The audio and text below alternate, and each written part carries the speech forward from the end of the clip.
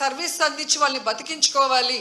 ఈ ఘటనకి ఎవరు కారణమో దాన్ని కనిపెట్టి మళ్ళీ జరగకుండా చూసుకోవాలి. ఎందుకంటే ఈరోజు కూడా మళ్ళీ టోకన్లు ఇచ్చే కార్యక్రమం ఉంటుంది కాబట్టి అవి చేయకుండా మళ్ళీ నీతిమాలిన రాజకీయాలు చేస్తూ దాని నుంచి తాను తప్పించుకోవడం కోసం ఈరోజు ఏ విధంగా అధికారుల నిర్లక్ష్యం అని చెప్పి ఆయన ఒక స్టేట్మెంట్తో దీన్ని కొట్టేయాలని చూడటం నిజంగా ఈ రాష్ట్ర ప్రజలందరూ కూడా అసహించుకుంటున్నారు.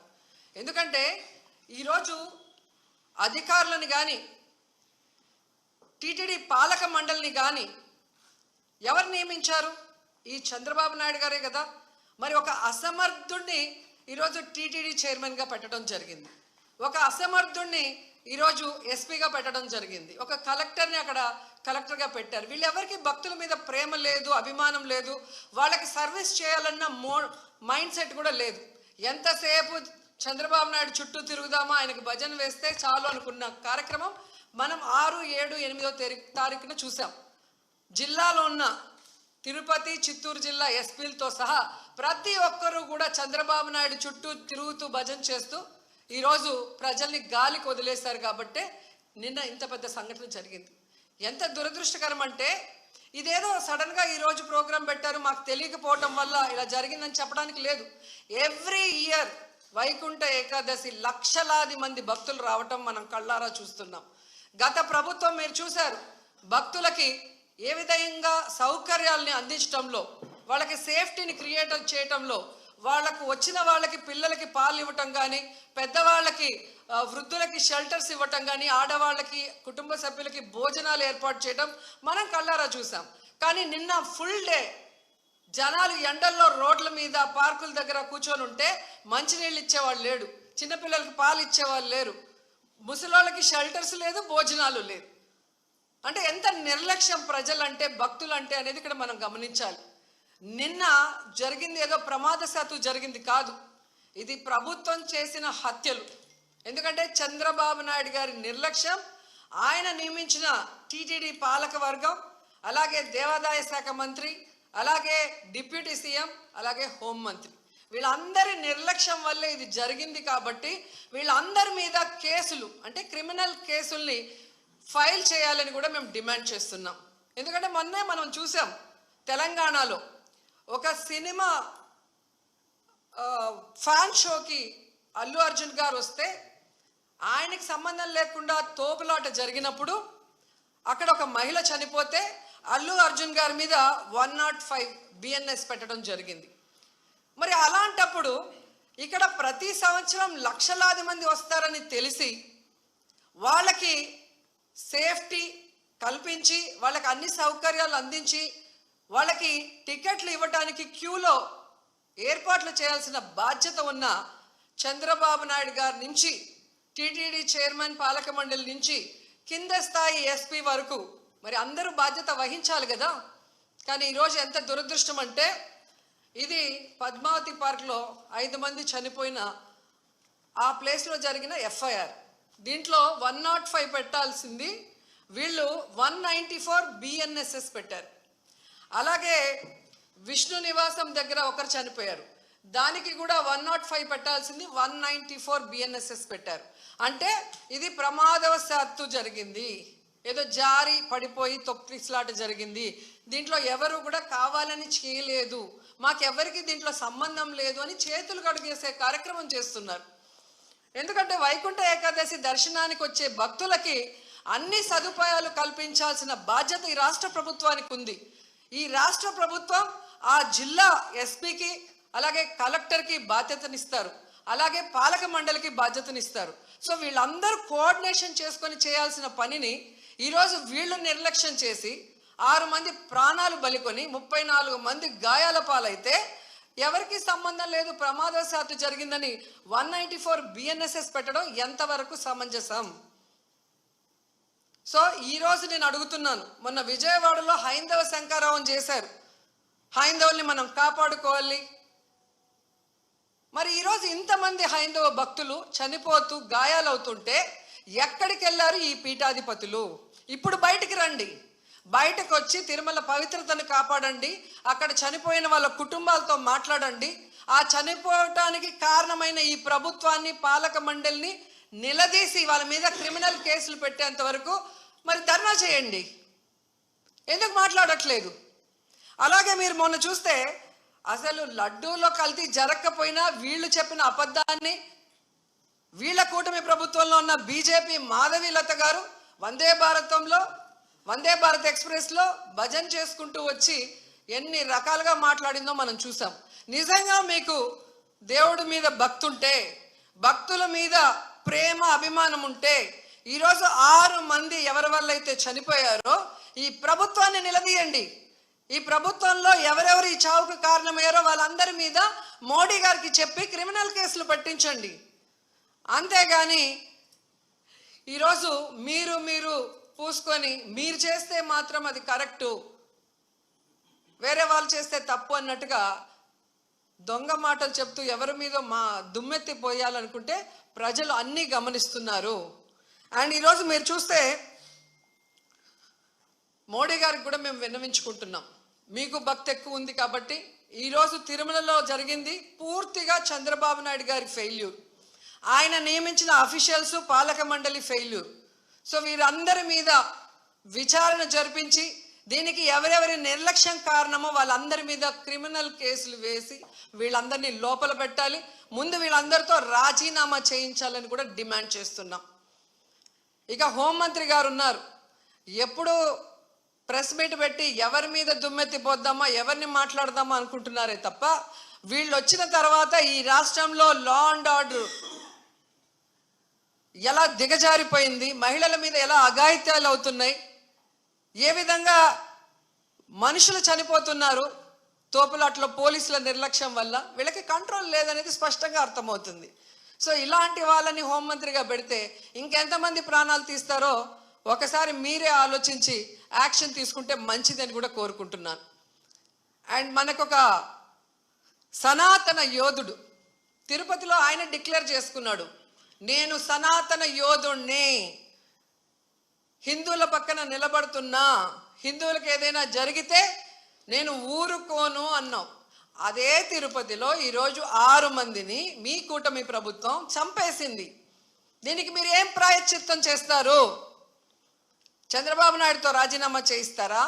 మీరు బాధ్యత తీసుకొని రాజీనామా చేస్తారా? లేదా టీటీడీ చైర్మన్తో రాజీనామా చేయిస్తారా? హోంమంత్రితో రాజీనామా చేయిస్తారా? లేదా అందరూ కలిసి కట్టకట్టుకొని రాజీనామా చేస్తారా? మీ అందరి ఫెయిల్యూరే కదా ఇది. నిజమైన సనాతన యోధుడివైతే ఇప్పుడు వచ్చి మీ ప్రభుత్వంలో ఎవరెవరి నిర్లక్ష్యం వల్ల ఇది జరిగిందో వారందరి మీద క్రిమినల్ కేసులు పెట్టించుకోండి. అంతేగాని ప్రమాదవశాత్తు జరిగిందని 194 BNSS పెట్టేసి చేతులు దులిపేసుకోవాలంటే మాత్రం వదిలే ప్రసక్తే లేదు అని కూడా ఈ సందర్భంగా తెలియజేసుకుంటున్నా. అండ్ చంద్రబాబు నాయుడు ఆయన లెగ్గు మహత్యం ఏంటో కానీ ఆయన ఎప్పుడు అధికారంలోకి వస్తే అప్పుడు ఈ రాష్ట్రంలో మనం ఎన్నో చావులు చూడాల్సి వస్తుంది. గతంలో గోదావరి పుష్కరాలు ఈయన పబ్లిసిటీ పిచ్చి వల్ల ఇలాగే గేట్లు తెరిచి జనాలు తోసుకొని ఒకరి మీద ఒకరు పడి 29 మంది చనిపోయారు. మొన్న ముఖ్యమంత్రి అయిన వెంటనే ఈయన నిర్లక్ష్యం వల్ల, ఈయన వైఫల్యం వల్ల దాదాపుగా విజయవాడ వరదల్లో 60 మందికి పైగా చనిపోయారు. మళ్ళీ ఈరోజు చిత్తూరు జిల్లా కుప్పంలో ఉండగానే 6, 7, 8 ఉండి పోలీసులందరినీ తిప్పుకొని ప్రజల్ని గాలికి వదిలేశారు. మానిటరింగ్ లేదు, ఎన్ని లక్షల మంది వస్తున్నారు, వీళ్ళకి ఏం సదుపాయాలు చేశారు, వీళ్ళకి ఎలా టోకన్స్ ఇస్తున్నారు, ఎక్కడ క్యూ లైన్స్ ఇచ్చారు అనేది ముఖ్యమంత్రి పట్టించుకోడు, చైర్మన్ పట్టించుకోడు, ఎస్పీ, కలెక్టరు, అలాగే ఎండోమెంట్ మినిస్టర్ ఎవరు పట్టించుకోరు. బాగా జరిగితేమో మా గొప్పతనం 30 years ఇండస్ట్రీ, 40 years ఇండస్ట్రీ అని గొప్పలు చెప్పుకుంటారు. లేదు అంటే గత ప్రభుత్వ వైఫల్యం లేదా అఫీషియల్స్ వైఫల్యం అని ఎప్పుడు ఎవరో ఒకరి మీద దుమ్మెత్తి తప్పించుకోవాలన్న ప్రయత్నం చేస్తున్నారు. ఇది సీరియస్గా తీసుకోవాల్సిన ఇష్యూ. ఈ చంద్రబాబు నాయుడు గారి వైఫల్యం వల్ల, అసమర్థ వల్లే ఈరోజు ఇంతమంది చనిపోయారు. ఆయన నియమించిన వాళ్ళు ఎవరైతే ఉన్నారో వాళ్ళందరి నిర్లక్ష్యం వల్ల జరిగింది. సో వెంటనే ఈ ఎఫ్ఐఆర్లు మార్చి తప్పు చేసిన వాళ్ళ మీద క్రిమినల్ కేసులు పెట్టాలి. లేకపోతే మేమైతే వైఎస్ఆర్సీపీ తరఫున భక్తులకి అండగా ఉండి ఆ చనిపోయిన కుటుంబాల తరఫున పోరాటం చేస్తాం. వాళ్ళకి కూడా ఎక్స్గ్రేషియా ఒక్కొక్కరికి మరి డబ్బులు 1 కోటి నుంచి 2 కోట్ల దాకా ఇవ్వాల్సిన అవసరం ఉంది. ఎందుకంటే మీ వల్లే వాళ్ళు చనిపోయారు, వాళ్ళ నిర్లక్ష్యం వల్ల కాదు. అలాగే గాయాలైన వాళ్ళకి 25 లక్షల రూపాయలు కూడా ఇవ్వాలని డిమాండ్ చేస్తూ, నిజంగా తిరుపతి అమ్మాయిగా నాకు నిజంగా చాలా బాధేస్తుంది. ఎందుకంటే నాకు తెలిసి ఇంతవరకు తిరుమల చరిత్రలో ఇలా వైకుంఠ ఏకాదశి కోసం దర్శనానికి వచ్చిన వాళ్ళు చనిపోయిన దాఖలాలే లేదు. అలాంటిది ఈరోజు 6 మంది దాకా చనిపోయారు అంటుంటే, ఆ కుటుంబాలు టీవీల్లో చూస్తుంటే వాళ్ళు ఏడుస్తుంటే మనసు ద్రవించిపోతుంది. కానీ ఈ కుటుంబ ప్రభుత్వానికి ఏ ఎమోషన్ లేదు, ఏ బాధ లేదు. ఎలా తప్పించుకుందామా, ఎవరి మీద తోసేద్దామా అన్న ప్రయత్నమే వీళ్ళు చేస్తున్నారు. సో ఖచ్చితంగా మోడీ గారిని డిమాండ్ చేస్తున్నాం, మీరు దీని మీద సీరియస్గా ఎంక్వైరీ చేయించాలి. తప్పు చేసిన వాళ్ళ మీద క్రిమినల్ కేసులు పెట్టి వీళ్ళని లోపల పెట్టాలి. అలాగే హైందవ శంకరావం చేసిన ఈ మఠాధిపతులందరికీ చేతులెత్తి నమస్కరిస్తున్నా, ఇప్పుడు బయటకు రండి. బయటకు వచ్చి ఈ హైందవ ధర్మాన్ని నమ్ముకున్న భక్తుల్ని కాపాడుకోవాల్సిన బాధ్యత మన మీద ఉంది. అలాగే తిరుమల పవిత్రత కాపాడాల్సిన బాధ్యత మన మీద ఉంది. అలాగే భక్తుల చావుకు కారణమైన వాళ్ళని శిక్షించే విధంగా మనం పోరాడాల్సిన అవసరం కూడా ఈరోజు ఉంది. కాబట్టి మీరందరూ బయటికి రావాలి, మాట్లాడాలని కూడా కోరుకుంటున్నాను. ఈరోజు ఎంత దురదృష్టం అంటే, మొన్న game changer film function pre release event చూశాను. ఫొటోస్ చూస్తే మినిస్టర్ ఉన్నారు, కలెక్టర్ ఉన్నారు, ఎస్పీ ఉన్నారు. ఒక సినిమా ఫంక్షన్కి ఇంత ఇంట్రెస్ట్గా, ఇంత చిత్తశుద్ధిగా పనిచేసిన వాళ్ళు ఎందుకు టీటీడీకి సంబంధించిన వైకుంఠ ఏకాదశికి ఇంట్రెస్ట్ లేకుండా పనిచేస్తున్నారు? ఎందుకు భక్తుల సేవలో ఉండకుండా చంద్రబాబు నాయుడు సేవ కోసమే మీ టైం కేటాయిస్తున్నారని నేను అడుగుతున్నాను. దీంట్లో కల్ప్రిట్ ముఖ్యమైన వాడు ఎవరంటే జేఈఓ ఇన్ఛార్జ్ ఈఓగా ఉన్నారు వెంకయ్య చౌదరి. వెంకన్న దేవుడిని ఆయన చేతికి చంద్రబాబు నాయుడు ఇస్తే, ఈ వెంకయ్య చౌదరి ఈ టీటీడీని ఏం చేస్తున్నాడో అక్కడ మీరు ఒకసారి ఎంక్వైరీ చేస్తే మీకే అర్థమవుతుంది. టీటీడీని ఈరోజు టీడీపీ ఆఫీస్ లాగా తయారు చేసి, ఈరోజు భక్తుల సేవ కన్నా టీడీపీ వాళ్ళ సేవలోనే వీళ్ళు తరిస్తున్నారు. ముందు ఆ జేఈఓ వెంకయ్య చౌదరిని అక్కడి నుంచి తీసేస్తేనే ఆ తిరుమల ప్రక్షాళన అవుతుందని కూడా ఈ సందర్భంగా తెలియజేసుకుంటున్నా.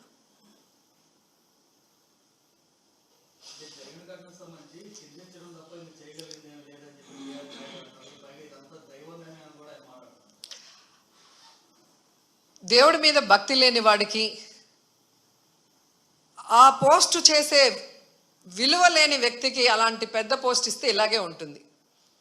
ఆయన ప్రెస్ మీట్లు పెట్టి రాజకీయం మాట్లాడతాడు, జగన్ గారిని తిడతాడు. కానీ ఒక టీటీడీ చైర్మన్గా తన బాధ్యత ఏంటి, వైకుంఠ ఏకాదశికి ఎలాంటి ఏర్పాట్లు చేయాలి, ఈఓని, ఎస్పీని, కలెక్టర్ని కలుపుకొని కోఆర్డినేట్ చేసుకొని ఎలా వచ్చే భక్తులకి అన్ని సదుపాయాల్ని, సేఫ్టీని అందించాలన్న ఆలోచన ఇతనికి లేదు. ఇన్సిడెంట్ జరిగినప్పుడు కూడా హైదరాబాద్లో కూర్చొని ఉన్నాడు. ఆయన మాట్లాడిన తీరు చూస్తే తాగి మాట్లాడా, వయసు అయిపోయి మాట్లాడా నాకైతే అర్థం కాలేదు. కానీ ఎంత కేర్లెస్గా, ఎంత సిల్లీగా ఆయన మాట్లాడిన మాటలు. నేను గుడిలో ఎస్పీ కనిపిస్తే చెప్పాను, కొంచెం జాగ్రత్తగా చూసుకోండి, ఏదో గొడవలు అవుతున్నాయి అని నాకు సమాచారం వచ్చింది అన్నాడు. మరి ఎస్పీకి చెప్పిన తర్వాత ఎస్పీ కరెక్ట్గా చూసుకుంటున్నాడా లేదా మానిటరింగ్ చేయాల్సిన బాధ్యత చైర్మన్కి, బోర్డు మెంబర్స్కి ఉంది కదా. మరి నువ్వు హైదరాబాద్లో కూర్చుంటే తిరుపతిలో టికెట్లు ఏ కౌంటర్లో ఇస్తున్నారు, వాళ్ళకి ఏం సేఫ్టీ ఉంది, వాళ్ళకి ఏమి సౌకర్యాలు అందుతున్నాయో ఎలా తెలుస్తుంది మీకు? మంత్రి గారు, ఎమ్మెల్యే, చైర్మన్, పాలక మండలి, కలెక్టరు, ఎస్పీ వీళ్ళందరూ తిరగాలి. తిరుపతిలో, తిరుమలలో ఎలా ఉన్న ఏర్పాట్లు, ఏమైనా అవసరం ఉందా అని చెప్పి అఫీషియల్స్ని కోఆర్డినేట్ చేసుకోవాల్సిన పని అధికారంలో ఉన్న వాళ్ళది. అలా చేసుకోకుండా అంతా దైవేచ్ఛ. నేను ముందే అనుకున్న, ఎస్పీ గారికి చెప్పా, వినలేదు అంటే ఎవరిని ఇరికిచ్చి తప్పించుకోవాలనుకుంటున్నారో వాళ్ళే గమనించుకోవాలి. గతంలో టీటీడీ చైర్మన్లుగా పనిచేసిన వాళ్ళు కరుణాకర్ రెడ్డి గారు ఉన్నారు మనకు, అట్లాగే సుబ్బారెడ్డి గారు ఉన్నారు. ఎంత చక్కగా భక్తుల సేవలో వచ్చిన వాళ్ళకి అన్ని సౌకర్యాలు అందించి అందరూ కూడా దర్శనం చేసుకొని తరించే విధంగా ఎలా ఏర్పాట్లు చేశామో 5 ఏళ్ల కాలంలో భక్తులను అడగండి. వచ్చిన ఫస్ట్ ఇయరే మీరు ఈ విధంగా చేస్తే నెక్స్ట్ ఎలా వస్తారు భక్తులు? భయపడిపోరా? అంటే తిరుమలకి ఎవ్వరు రాకూడదు అన్నట్టుగా అప్పుడేమో ఏదో కల్తీ జరిగిందని అబద్ధపు ప్రచారం చేసి సుప్రీంకోర్టుతో అక్షింతలు వేయించుకున్నారు. ఇప్పుడు నిర్లక్ష్యంతో 6 మందిని చంపేసి అమ్మో కొండకెళ్తే ఏమన్నా అవుతుంది అన్నట్టుగా ఇప్పుడు తయారు చేశారు. అంటే తిరుమల పవిత్రతను దెబ్బతీయటానికి కంకణం కట్టుకున్నట్టుంది కూటమి ప్రభుత్వం.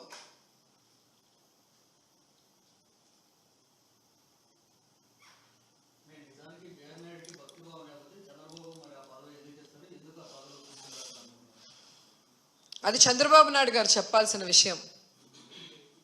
ఎందుకంటే సొంత జిల్లాలో ఇంత పెద్ద ఇష్యూ జరిగింది.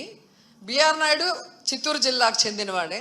మరి జిల్లాలో తిరుమల పవిత్రత గురించి తెలుసు. ఎన్ని లక్షల మంది వస్తారు వైకుంఠ ఏకాదశికి ఇద్దరికీ తెలుసు. వాటికి ఎలా ఏర్పాట్లు చేయాలో చంద్రబాబు నాయుడికి తెలుసు, బిఆర్ నాయుడికి తెలియదు. తెలియనప్పుడు చెప్పి చేయించుకోవాల్సిన బాధ్యత ముఖ్యమంత్రికి ఉంది. అలా చేయడం చేత కాని వాడికి చైర్మన్ పదవి ఇవ్వకూడదు. ఏ లాలూచితో ఇచ్చారో వాళ్ళు చెప్పాలి.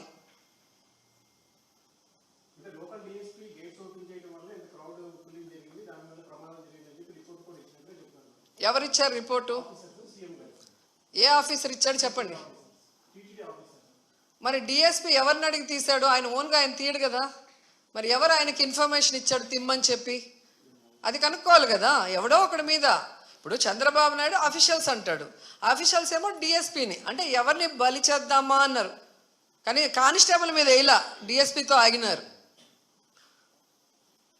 వినేదానికి కూడా నమ్మకంగా ఉండాలి కదా. ఒక అబద్ధం చెప్పినా మీకు బిఆర్ నాయుడు నేను ఎస్పీకి చెప్పాను, నాకు గొడవలు అవుతాయని ఇన్ఫర్మేషన్ ఉంది, జాగ్రత్తగా చూసుకోండి అని నేను చెప్పాను అని ఆయన చెప్తున్నాడు. మరి అది ఎక్కడ ఎవరి ఫెయిల్యూరు? ఎస్పీ ఫెయిల్యూరే కదా. మరి ఎస్పీ మీద ఇవ్వకుండా డిఎస్పీ మీద ఎందుకు ఇచ్చారు? అంటే అబద్ధాలు ఎవరికి నచ్చినట్టు వాళ్ళు ప్రెస్ వాళ్ళు రాగానే తెలియక చెప్పేశారు. దాంట్లో వాళ్ళే ఇరుక్కుపోతున్నారు. ఇది ఎవ్రీ ఇయర్ జరిగేదే కదండి. ఇప్పుడు కోవిడ్ లాగా ఏదో సడన్గా వచ్చింది, అది ఎలా ఉంటుందో తెలీదు, మేము చేయలేకపోయినామంటే అర్థం ఉంది. అలాంటి సమయంలో కూడా జగన్మోహన్ రెడ్డి గారు వయసులో చిన్నవాడైనా ఇండియాలోనే బెస్ట్గా ఈరోజు ప్రజల్ని కాపాడుకోవడానికి, వాళ్ళకి వైద్యాన్ని అందించడానికి, వాళ్ళకి టెస్టింగ్లు చేసి, వాళ్ళకి కోవిడ్ సెంటర్లు ఏర్పాటు చేసి, వాళ్ళకి నాణ్యమైన ఫుడ్ పెట్టి, మళ్ళీ వాళ్ళు బయటికి వెళ్ళి పని చేసుకోలేరని 1000 రూపాయలు ఇచ్చి బియ్యము కూరగాయలు అన్నీ ఇచ్చి ఎలా కాపాడుకున్నారు? కోవిడ్ గురించి తెలియనప్పుడే ఆయన అంత చేస్తే నీకు ఎవ్రీ ఇయర్ జరిగేది కదా ఇది. ఎన్ని లక్షల మంది వస్తారో తెలుసు కదా. తెలిసినప్పుడు ఏర్పాట్లు చేసుకోవాల్సిన బాధ్యత మీకుంది, దానికి మాట్లాడుకోవాల్సిన బాధ్యత మీకుంది. అవన్నీ వదిలేసి ఎవడో ఒకటి మీద వేస్తే ఒకడికి సంబంధించింది కాదు కదా ఇది, లక్షలాది మంది భక్తులకు సంబంధించింది. రేపొద్దున వీళ్ళందరూ పైకి వస్తారు కదా దర్శనానికి, అప్పుడు ఇంకా ఎక్కువ తోపులాట ఉంటుంది. మరి అక్కడ ఎలా కంట్రోల్ చేస్తారు?